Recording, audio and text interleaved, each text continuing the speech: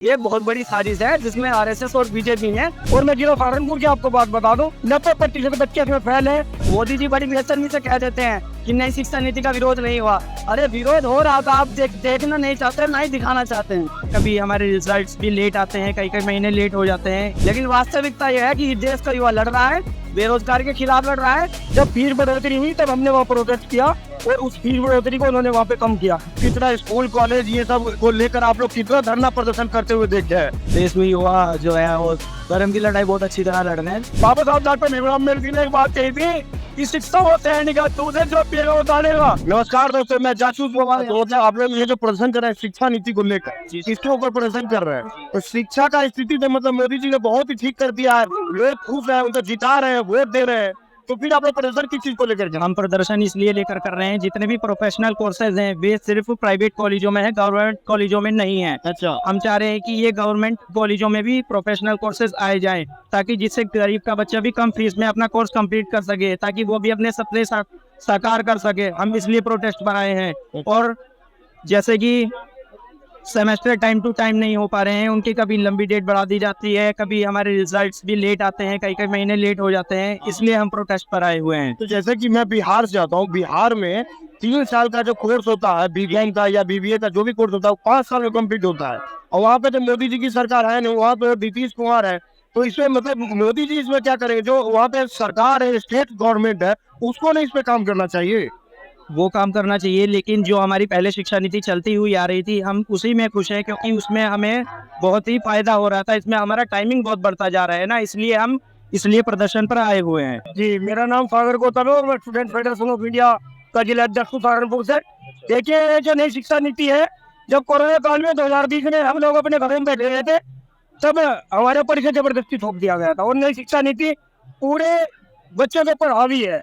और मैं जिला सहारनपुर की आपको बात बता दूं, 90% बच्चे इसमें फेल है।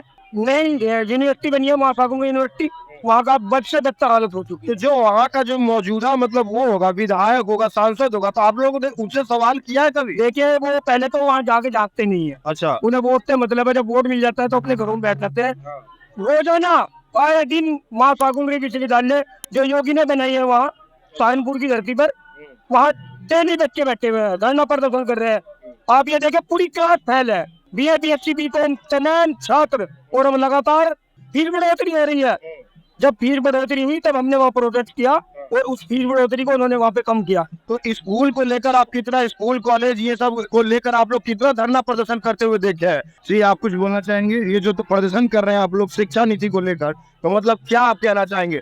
देखिए, पहले आपने बोला कि देश में युवा जो है वो धर्म की लड़ाई बहुत अच्छी तरह लड़ रहे हैं, लेकिन कहीं ना कहीं जो युवा शिक्षा की लड़ाई लड़ रहे हैं उन्हें दिखाया कितना जा रहा है। हम लोग महंगी बढ़ती फीस के लिए कितना आंदोलन करते हैं, कभी न्यूज़ नहीं। यहाँ तो कितने नेशनल चैनल अभी यहाँ पर मौजूद है, और अभी यहाँ पर थोड़ा सा धार्मिक कुछ इशू हो जाए तो तमाम न्यूज़ चैनल आ जाएंगे, तमाम राजनीतिक चला देंगे। लेकिन शर्म की बात यह है, चाहे वो विपक्ष हो या वो सरकार में बैठे लोग हो, वो तमाम लोग आज यहाँ पर मौजूद नहीं है और ना इस चीज को इतनी अच्छी तरह उठा पा रहे हैं। लेकिन आज जाके धार्मिक उन्माद यहाँ पर फैल जाए तो उसमें तमाम लोग अपने राजनीतिक लोटा सेकने के लिए आ जाएंगे। लेकिन वास्तविकता यह है कि देश का युवा लड़ रहा है, बेरोजगारी के खिलाफ लड़ रहा है, इस नई शिक्षा नीति के खिलाफ लड़ रहा है। मोदी जी बड़ी बेशर्मी से कह देते हैं कि नई शिक्षा नीति का विरोध नहीं हुआ। अरे विरोध हो रहा था, आप देखना नहीं चाहते, ना ही दिखाना चाहते हैं। हम लोग विरोध कर रहे हो, लेकिन जिस तरह का विरोध होना चाहिए था उस तरह का विरोध नहीं दिखता है।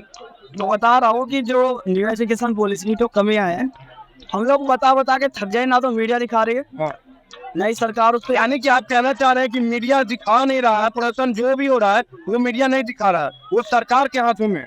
आज गाँव गुमान के एरिया में जाते हैं, हम सहारनपुर से हैं, एक पिछड़ा क्षेत्र है, वहाँ गाँव के अंदर यही नहीं पता कि न्यू एजुकेशन पॉलिसी क्या है, क्या ऐसी कोई चीज आई है।